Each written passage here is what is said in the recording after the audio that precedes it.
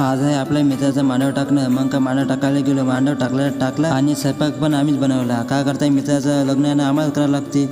तर काय म्हणते जिल्हा पाडे, आज सकाळी उठल्यावर तसा आला आपल्या मित्राच्या घरी. कारण की मांडव टाकणार तर ना, मग काय सर्वात पहिले आपल्याला काम सांगितलं. मग काय डाका विका आणलं. मग काय सगळं आपापल्या मतानं आपलं काम करायला लागले. कोणी बाशी बांधले, कोणी डाका राहिलं, कोणी काय करू राहिलं. बस आपापल्या मतानं चालू आहे बा.